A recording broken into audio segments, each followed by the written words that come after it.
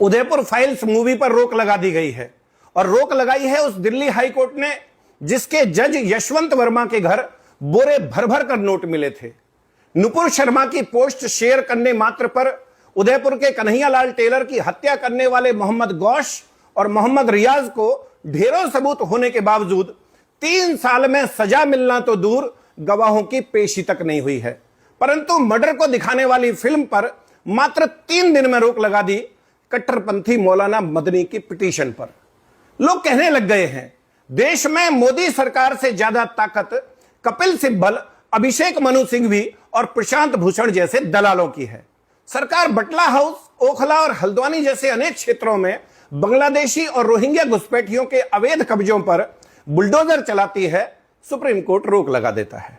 सरकार वक्फ संशोधन विधेयक पारित करती है, सुप्रीम कोर्ट इन दलालों के कहने पर कानून पर रोक लगा देता है। सरकार कांवड़ यात्रा के मार्ग में दुकानों पर पट्टिका लगाने को कहती है, सुप्रीम कोर्ट रोक लगा देता है। सरकार अपराधियों और कट्टरपंथियों के खिलाफ बुलडोजर एक्शन शुरू करती है, सुप्रीम कोर्ट रोक लगा देता है।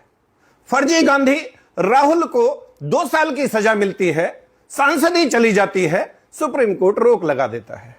गुजरात दंगों के नाम पर दुनिया भर से करोड़ों रुपए का गबन करके उस रकम को डकार जाने वाली तीस्ता सीतलवाड़ की गिरफ्तारी तय होती है।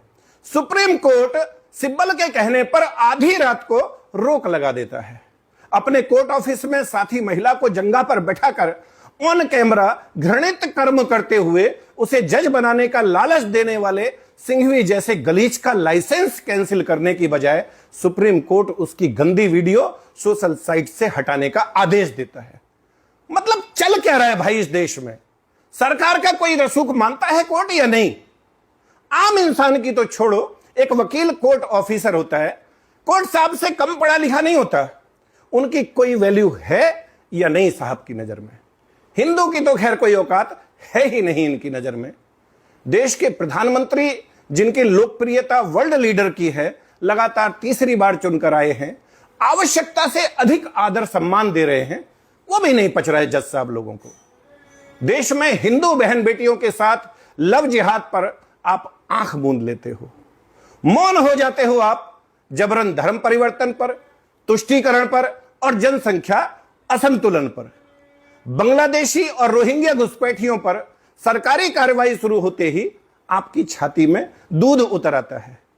परंतु 5.5 लाख कश्मीरी पंडित अपने ही गांव घर से पलायन करने पर मजबूर कर दिए गए, आप शांत बैठे रहे। कोई इतना एक तरफा कैसे हो सकता है जज साहब? कैसे?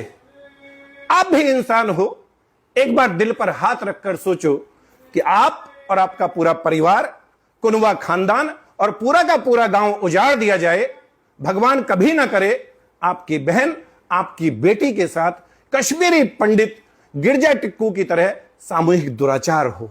उसे नग्न अवस्था में जननांग के बीचों बीच आरा मशीन से जीवित ही बीच में से चीर दिया जाए, आपके भाई, आपके जवान बेटे की आपकी आंखों के सामने हत्या कर दी जाए, आपको आपके गांव, आपके शहर, आपके जिले से ही नहीं, आपके राज्य से भी आपको जान बचाकर भागना पड़े और 35 साल दर दर की ठोकर खाकर अपने ही देश में शरणार्थी बनकर रहना पड़े, आप कैसा महसूस करेंगे? पिछले 35 साल में एक बार भी आपकी आत्मा ने स्वतः संज्ञान लेकर जालिमों पर एक्शन लेने को कहा है? करोड़ों गरीब लाचार कैदी अपने ट्रायल की आस में जेल का नरक भोग रहे हैं। उनके परिवार और वकील अपनी जूतियां घिस रहे हैं। आपके पास सुनवाई का समय नहीं है। परंतु सिब्बल और सिंघवी जैसे धूर्त दलालों के अकूत धन के लालच में आप आतंकवादियों, भ्रष्टाचारियों और विशेष रूप से इस हिंदूवादी सरकार के विरोधियों के पक्ष में आधी रात कोर्ट बैठाने को तत्पर रहते हो। इस देश की सनातन संस्कृति के वाहक हिंदू समाज की मान्यता और आस्था में पलीता लगाने के लिए आप हमेशा आतुर रहते हो। अफगानिस्तान, पाकिस्तान और बांग्लादेश सहित शरिया वाले देशों में जजों की हालत क्या है, इस पर भी कभी विचार करना जज साहब। खैर, मर्जी आपकी, पर हां, कंटेंट ऑफ कोर्ट किसी एक अनिल चौधरी पर लगाने से बात नहीं बनेगी। देश के बच्चे बच्चे की जुबान पर यह बात है, और अगर यकीन ना आए तो अपने किसी सगे वाले के बच्चों से पूछ लेना, वो बताएगा भारत की न्याय व्यवस्था कितनी सड़ चुकी है। वो बताएगा कि सब लोगों का मानना है कि भारत में अगर कोई विभाग सर्वाधिक भ्रष्ट है तो वो जुडिशरी है, और ये आपकी अवमानना नहीं, आपकी शाख बचाने की कोशिश है। अभी भी मौका है, बचा लीजिए अपना रसूख जज साहब, कॉलेजियन सिस्टम को कूड़ेदान में फेंक दीजिए।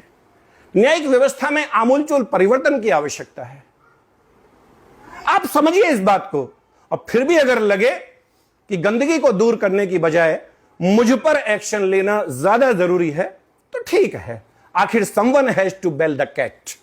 किसान का बेटा हूं, फौजी रहा हूं, शेष बचा भारत गजवाए हिंद की जद में ना आने पाए, जातिवाद से ऊपर उठकर तमाम हिंदू, सिख, जैन, बौद्ध एकजुट रहें। रोजाना 18 घंटे इस विषय पर काम करता हूं।